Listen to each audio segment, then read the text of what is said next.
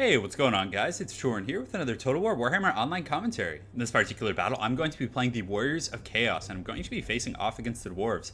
So we actually had a bit of an interesting start here. I did Vanguard a group of Marauder Horsemen with throwing axes, and I really like these guys as a pick against the Dwarves, because gyrocopters can be pretty threatening. So having these guys just, in conjunction with like a Manticore and a Flying Lord can really shut down any gyrocopter strategies. But on top of that, they're also decent skirmishers. You can kind of circle around your opponent's army, and they can fire while moving, so they can do some decent work with their armor-piercing missile attacks. So anyways, my opponent did Vanguard some miners with blasting charges, and you can see a few of those axes from my horsemen actually got in here and got a few kills, so not a bad start, but still, I am in a massive firing line. You can see he has some Quarrelers and some Thunders and other units here, so I'm going to have to do some laps. And again, if you ride and take a sharp angle around your opponent's forces, their missile units actually won't be able to turn fast enough to shoot your horsemen, so just some interesting stuff there. But as far as the rest of my army goes, I know a lot of you guys had been asking me, like, Turin, why don't you play with Chosen? Why don't you play with Chariots? And I decided to just oblige you guys and do both. So my entire front line is chosen with great weapons, and these guys are, the creme de la creme, definitely very, very elite infantry. They have 120 armor, so against like dwarf warriors and anything like that, or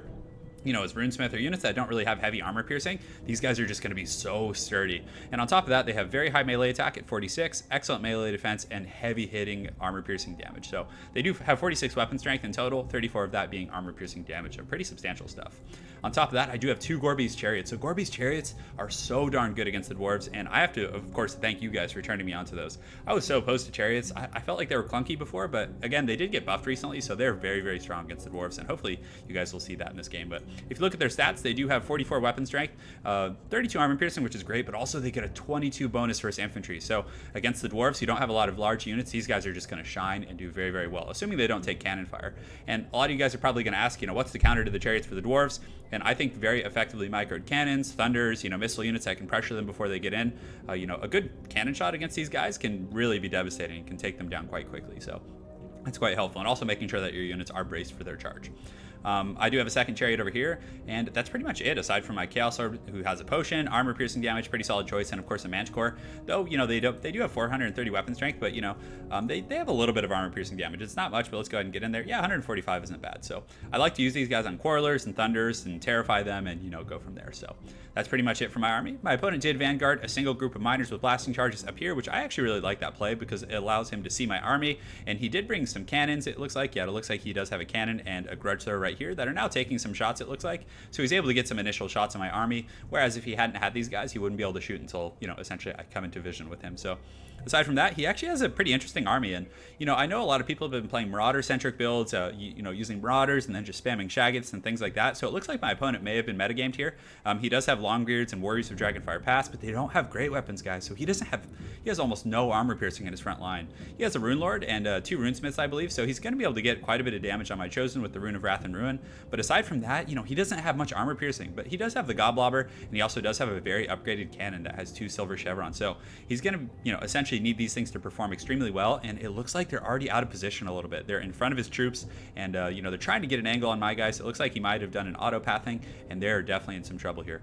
Aside from that, he does have some Thunder, so again, this is one of his other lifelines as it pertains to armor-piercing damage. Looks like they got some shots on my Marauder Horsemen, but I'm continuing to run laps, and you can see these troops are, like, awkwardly turning and trying to catch it, so definitely some pretty funny stuff there. He has some Quarrelers and then Dragonback Slayers to protect his flank. So Dragonback Slayers are pretty good. They have an anti-large bonus, and they also do have a charge defense. So against my Chariots, hopefully they'll be able to do well for my opponent here. So without further ado, let's get right into the action, guys. This was a pretty ridiculous game, and in any game you can use Chosen is always a pretty fun time. So I have one Chariot coming around the flank over here. I also have my Chaos Lord and this Manticore swooping around over here looking for opportunities, and this was a great lip. Like, they could literally just hide, get all the way up in my opponent's army without taking any missile fire. So you can see my opponent is advancing his infantry line, and it looks like his grudge thrower is now shooting. Has it even made contact with any of my Chosen yet?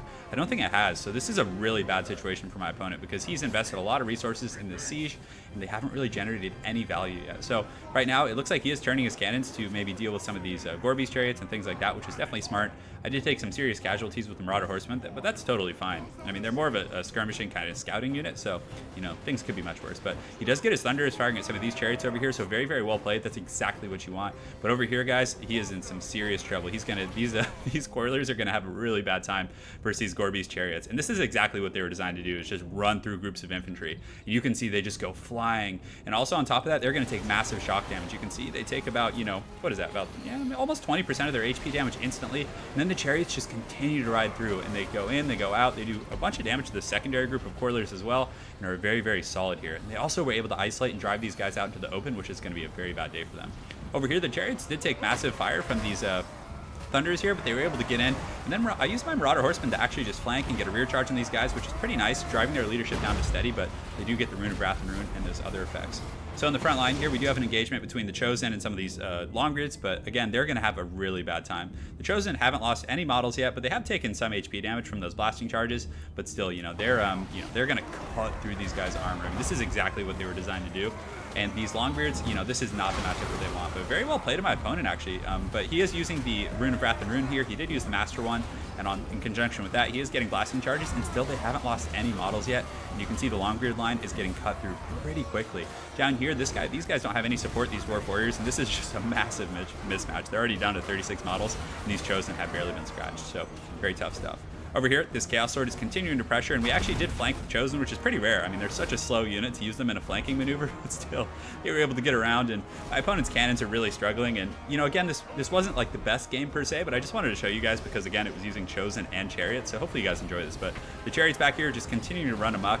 He didn't have a lot of resources for his back line, but the cannon is turned, and it is shooting at these Chariots now, so it's doing some decent work, but still, my Lord is here, but this Master Engineer hits really hard actually. It has 298 weapon strength, and my Chaos Sword is taking a bit of a beating, and also you can see the Dragonback Slayers are coming in here. But now that these Chosen are in here, they're gonna just do so good against these Slayers, because the Slayers, if you look at their armor piercing damage, I've actually always wondered what it was, but yeah, it's pretty low with 17. I guess that's not terrible, but still, they're not gonna be able to get through to these Chosen, and the Chosen will definitely bomb them a little bit. But he does have his Rune Lord here, and this was a bit of a mistake on my part. I let my Chaos Sword get very, very low. Having this Master Engineer here, he was laying a smackdown. He also has that hard-hitting ranged attack, so he was able to put some good pressure on my Chaos Sword. So you can see I do use the potion then. In the back line, though, it's definitely really, really rough. The Chariots are continuing to just ride through and just run through these missile units. And the Marauder Horsemen actually aren't bad. They can do some good skirmishing, and then on top of that, once the enemy troops are broken and running, you can use them to chase them down. So the Chariots over here continuing to just ride these guys down. You can see them just getting pushed down the hill. And the Gore Beasts are such gnarly creatures. It'll be pretty interesting to see in the expansion, like the Chaos expansion, when they finally get there, like what troops they decide to add for Chaos, whether it be demons or standalone Gore Beasts, even as like a sovereign unit. That would be pretty cool. But the Chaos Sword continuing to come in here, just cycling around, and once you're able to break the back line, you can just bring the Chariots through to the front line, and it's definitely going to be really rough. Just getting collapsed on by Gore Beast Chariots while you're also fighting Chosen, that's a really, really rough situation. But at the end of the day, I think if my opponent had deployed over here personally, so if I was playing from my opponent's perspective, I probably would have deployed somewhere out here and force the Chosen and those slow Chariots to come into the open field. You have cannons, you have the Grudge Thrower, and it's not like you're hiding in the corner of the map being a troll. You're just using your ranged advantage. And again, he could have gotten a lot of kills on the Chosen with the Goblobber, and then on top of that, his cannon probably could have almost killed a group of Chariots, because by fighting on this hill here, his siege had a terrible slope, like a terrible, terrible slope. And also I was able to sneak around this little canyon here and just use that kind of terrain as cover, and that was just a lot of bad logistical circumstances for my opponent. And again, I think a lot of that did come down to the fact that he didn't have a lot of armor piercing as well in the front line. Because you can see, look at the kills on these Longbeards. That's pretty bad. But still, my Chosen, yeah, look at their health. I mean, they're all in like immaculate shape. But again, I hope you guys enjoyed that. It was a relatively one-sided battle, but I just wanted to show you the Chariots and the Chosen. I thought it was just a fun replay to watch. So, but again, I'll definitely have more games going on. And guys, in case, I'll probably make a separate video announcing this, but I'm going to be doing weekly streams from now on. So I know a lot of you guys tuned in last Sunday, and that was so much fun. Definitely some of the best times I've had since I started playing this game. So every Sunday, probably 11 a.m. Pacific Standard Time. So let's see, for a lot of you guys in Europe, that'll be like 8 or 9 p.m. your time. So hopefully that's okay. A nice way to close out the night. I'll be streaming, and I'll try. Between 2 to 4 hours will probably be my time frame, depending on how my beat up hand holds. But that's the plan, guys. Also, I'll probably spontaneously stream during the week. So if you guys are around, you see me on, just come join the party, guys. It'll be fun.